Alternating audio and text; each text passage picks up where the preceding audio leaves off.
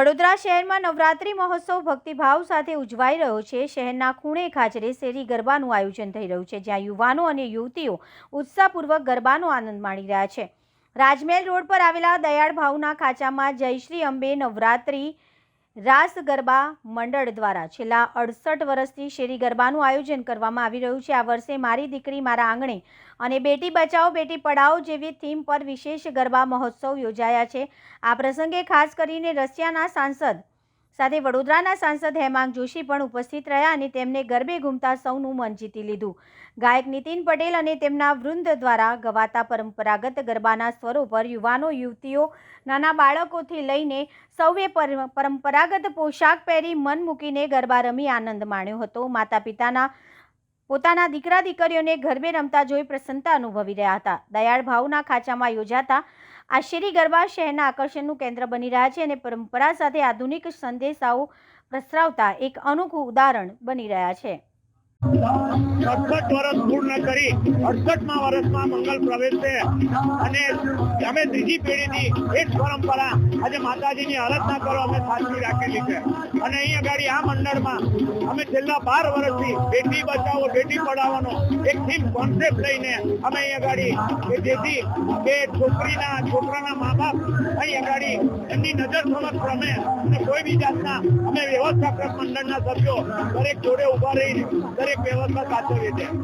અને છોકરીઓને છાલા ના પડી જાય એના માટે અમે રોજે રોડ ઉપર કાર્પેટ પાથરીએ છીએ।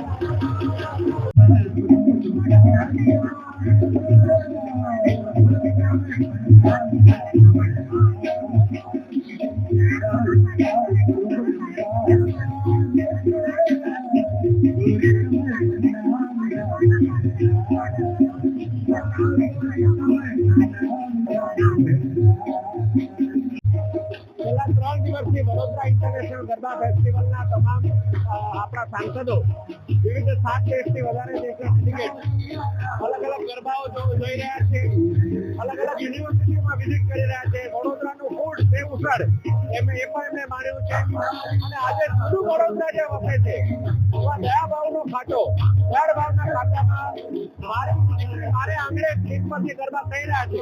એનો પણ અનુભવ લેવા તેઓ આવ્યા છે। મેં જ્યારે એમને કહ્યું કે અહીંયા સ્ત્રી સશક્તિકરણ અને બેટી બચાવો બેટી પઢાઓ પર અહીંયા ગરબા થઈ રહ્યા છે તો મને ખૂબ આનંદ થયો, વિશ્વાસ આવ્યો કે ભારત હવે વિકસિત ભારત તરફ આગળ વધી રહ્યો છે। ખાસ કરીને આજનો દિવસ માતાજીની કૃપાથી અભૂતપૂર્વ જેવો દિવસ છે કારણ કે અમારા માતાજીના જયચંદ્ર નવરાત્રિ રાસ ગરબા મંડળમાં આજે આપણા સાંસદ હેમંતભાઈ જોશી સાથે સાથે રશિયાના સાંસદ બંને આજે આપણા ગરબા માણવા આવ્યા, ગરબા જોયા સાંભળ્યા ઉપરાંત જોડે રમ્યા પણ ખરા એટલે અમારા માટે બહુ અવાજ છે। કાર્પેટ ઉપર રમતા છોકરા જોઈને રશિયાના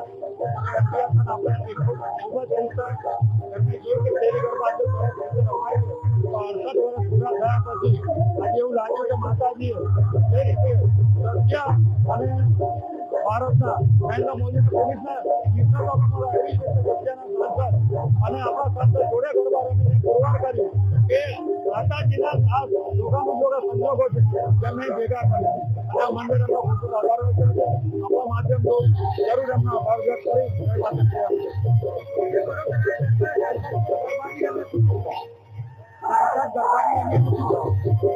સાંસદ ખુદ આજે ગરબાના 2 ચક્કર માર્યા